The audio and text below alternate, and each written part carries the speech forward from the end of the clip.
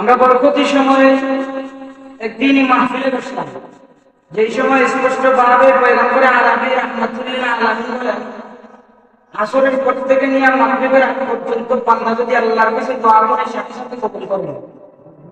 এই সময় আমরা দিনই মাহফিলে বসতে পেরে খুশি না বেজার? খুশি যদি হয়ে থাকি মহান আল্লাহ রাব্বুল আলামিনকে রাজি আর খুশি করার জন্য জোরে সুরে একবার বলে আলহামদুলিল্লাহ। আল্লাহ রাব্বুল আলামিন আপনাকে আমাকে সুস্থ শরীরে সুস্থ মস্তিষ্কে দ্বীনি মাহফিলে কোরআন এবং হাদিসের আলোচনা করার এবং শোনার মতো তৌফিক দিয়েছেন, এই জন্য আবার বলি আলহামদুলিল্লাহ। যারা হাজির, যেই বিষয়ে আপনাদের সামনে আলোচনা করতে যাচ্ছি, এই বিষয়ে আলোচনা বাংলাদেশে অহরহ মাহফিল হয়, কিন্তু আমি যে বিষয় নিয়ে আলোচনা করব শতকরা 95% ওয়াইজিন মসজিদ খতিব সাহেবগণ এই বিষয়ে আলোচনা করেন। আমরা সবাই জানি মা বাবার হক কি, সন্তানের কাছ থেকে মা বাবার পাওনা কি, আমরা সবাই বাস করি, কিন্তু সন্তান আপনার আমার কাছে কি পায় আমরা শতকরা 80% মানুষ জানি না। শতকরা 80% লোক এগুলা ওয়াজও করেন সন্তান কি পায় মা বাবার কাছে। মা বাবার পাওনা হইল পরে, সন্তান জন্মের পরে সন্তানের পাওনাটা হইল আগে, তারপরে মা বাবার পাওনা। কিতাবের মধ্যে লেখা হয় সন্তানের 12টা হক রয়েছে মা বাবার কাছে পায় সন্তান। তার মধ্যে লেখা হয়েছে 12টা তো জন্মের পরে, জন্মের আগে সন্তান পায়। কেমন যেন সন্তান ডাক দিয়ে বাবাকে কয়, বাবা আপনি আমার জন্য একটা সুন্দর, আপনি আমার জন্য একটা দিনদারি মা ব্যবস্থা করেন, ভালো মায়ের ব্যবস্থা করেন। পয়গম্বর আরবি রাহমাতুল্লিল আলামিন হাদিসের মধ্যে বলে, উম্মতের দল তোমরা যখন বিবাহ করো 4টা জিনিস থেকে বিবাহ করো। 1 নাম্বার লিমালিহা ওয়ালি জামালিহা ওয়ালি হাসাবিহা ওয়ালি দীনিহা। রাসূল বলেন উম্মতের দল যখন বিবাহ করবা তখন মেয়েটার সম্পদ আছে কিনা তোমরা দেখবে। 2 নম্বর মেয়েটার বংশ কি দেখবে। 3 নম্বর মেয়েটা সুন্দরী কিনা দেখবে। 4 নম্বর দিনদারিতা আছে কিনা তা দেখবে।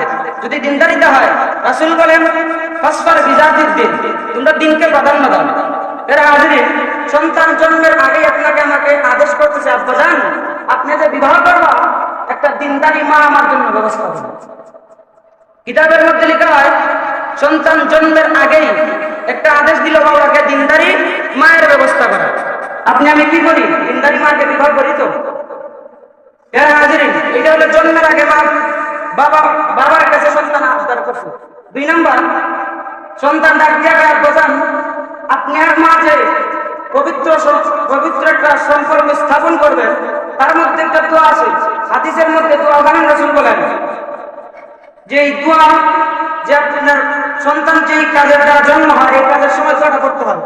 যদি দোয়া না করেন রাসূল বলেন আপনার এই পবিত্র কাজের মধ্যে শয়তান শামিল হবে। এই জন্য জন্মের আগে সন্তান 2টা কাজ আপনার কাছে পায়। একটা হইল সব মা দিনদারিত্বের মা প্রাধান্য দিয়ে বিবাহ করা, দিনদার মা বাবা তার জন্য ব্যবস্থা করা। 2 নম্বর সহবাসের সময় দোয়াটা বাস্তবায়ন করা, রাসূলের সুন্নাতটা বাস্তবায়ন করা। তারপরে সন্তান যখন পৃথিবীতে আসবে কিতাবের মধ্যে লেখা হয় 12টা হক রয়েছে সন্তান মা বাবার কাছে 12টা হক পায়। 1 নম্বরে সন্তান যখন পৃথিবীতে জন্মগ্রহণ করে, আমরা শতকরা 95% মানুষ সন্তান জন্মগ্রহণ করার সাথে সাথে সন্তান এখনো মায়ের বুকে আসে নাই। আমরা মোবাইল দিয়ে ফটো দিয়ে ফেসবুকে আপলোড করি। এরা হাজির, ফেসবুকে দেওয়ার কথা তো রাসূল বলেন না। সন্তানের পাওনা হইল আপনি যদি সন্তানকে সর্বপ্রথম ফেসবুকের মধ্যে দিলেন সন্তানের হক নষ্ট করবেন। 1 নম্বর হক সন্তান জন্মগ্রহণ করার পরে কিতাবের মধ্যে লেখা হয় সন্তান যখন জন্মগ্রহণ করবে সন্তানের 1 নম্বর হক হইল আপনি সন্তানের জন্য সন্তান জন্মগ্রহণ করার পরে সন্তানের সুন্দর একটা নামের ব্যবস্থা করা। সন্তান জন্মগ্রহণ করার পরে সুন্দর নামের ব্যবস্থা করা। আপনি আমি কি করি? সন্তানের নাম কি রাখি? যার যেই মন চায়। মসজিদের ইমামকেও জিজ্ঞাসা করি না, মাদ্রাসার কোনো হুজুরকেও জিজ্ঞাসা করি না, এলাকার কোনো বয়োজ্যেষ্ঠ মুরব্বীদেরকেও জিজ্ঞাসা করি না সন্তানের নাম কি রাখবো।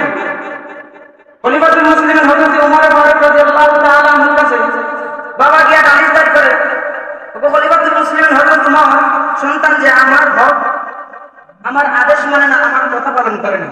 খলিফাতুল মুসলিমিন বলে তোমার সন্তানের নাম কি রাখছো? ওই সময় সন্তান ডাক দিয়া খলিফাতুল মুসলিমিন আমি সন্তানের কথা বলার কোনো অধিকার আছে কিনা? খলিফাতুল মুসলিমিন বলে আমি তো অর্ধ জাহানের বিচারক, অর্ধদানের বাচ্চা, আমি দুই পক্ষের কথা না শোনার আগ পর্যন্ত বিচার করি না, তুমি তোমার কথা বাস্তবায়ন করতে পারো। সন্তান ডাক দিয়ে বলে, মুসলিমিন, আমার নাম আমার বাবার আছে জহুর। ইসলামের মধ্যে আছে সন্তান জন্ম গ্রহণ করার পরে সুন্দর একটা নাম রাখবেন। আপনার ইচ্ছা মতো নাম রাখলেন, নাম রাখে কবি, নাম রাখে জহুর, নাম রাখে জুয়েল, যা ইচ্ছা তাই নাম রাখে। রাসূল বলেন, তোমরা সুন্দর অর্থবোধক নাম রাখো। সন্তান তোমাদের কাছে আদেশ, সন্তান তোমাদের কাছে পাওনা হইল, তোমরা তাকে সুন্দর একটা অর্থবোধক নাম দেবে, উপহার। যারা হাজিরিন, তারপরে 7 নম্বর দিন যখন উপনীত হয় সন্তানের অধিকার হইল 7 নম্বর দিনে তার মাথাটা মুন্ডন করে তার জন্য তো নাম রাখবেন। রাসূল হাদিসের মধ্যে বলেন, হযরত আম্মাজান ফাতিমা রাদিয়াল্লাহু তাআলা আনহার কথা যখন হযরত হাসান রাদিয়াল্লাহু তাআলা জন্মগ্রহণ করেন, হাদিসের মধ্যে আছে রাসূল হাসান রাদিয়াল্লাহু তাআলা আনহুর জন্মের পরে কানের মধ্যে আযান দিয়েছেন। 1 নাম্বার হইল কি, কানের মধ্যে ডান কানে আযান, বাম কানে ইকামত দেওয়া।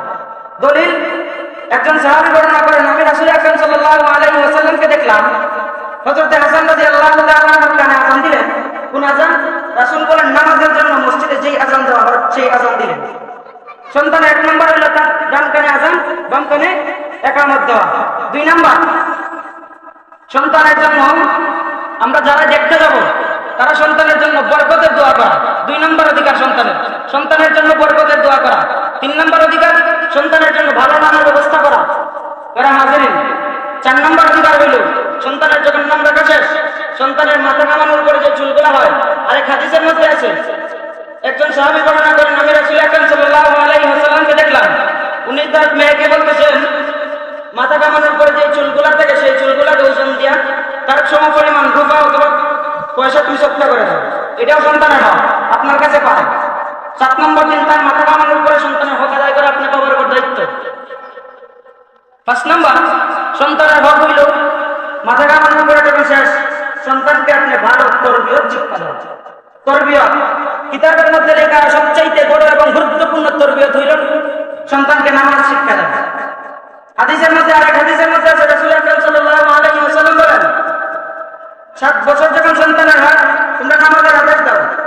10 বছর যখন হয় সন্তানকে প্রহার করে নামাজের জন্য। আল্লাহ যে বললেন, ইয়া আইয়ুহাল্লাযীনা আমানু কু আনফুসাকুম ওয়া আহলিকুম নারা, তোমরা নিজে আগে বাঁচো জাহান্নাম থেকে, তারপর সন্তান সন্ততিকে বাঁচাও। 7 বছরের সময় যখন সন্তান নামাজের উপযুক্ত হইবে, নামাজের আদেশ দিতে হবে হাদিসের কথা।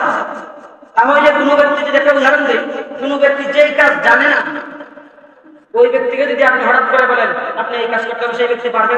যেমন একটা উদাহরণ, রাজাপুরে স্ট্যান্ড থেকে আপনি যেই ব্যক্তি গাড়ি ড্রাইভ করতে জানে না, এই ব্যক্তিকে আপনি হঠাৎ করে বলেন আপনি গাড়ি নিয়ে বাহুবল বাজারে যান, ওই ব্যক্তি দেখতে পারবেন? কখনো দেখতে পারবে না। ঠিক তদ্রুপভাবে সন্তানকে যখন 7 বছরের সময় নামাজের আদেশ করার কথা রাসূল বলছেন, এই হাদিস দ্বারা বোঝা যায় সন্তানকে 7 বছর উপনীত হওয়ার আগে সন্তানকে নামাজের শিক্ষা দেওয়া আপনার বাবার দায়িত্ব। যারা হাজিরিন, 7 বছরের আগে, 7 বছর যখন রাসূল বললেন নামাজের আদেশ দাও, ওই সময় বোঝা গেল 7 বছরের আগেই সন্তানকে নামাজ শিক্ষা দিতে হবে। যারা হাজিরিন, এটা সন্তানের হক, ভালো তরবিয়ত শিক্ষা দেওয়া।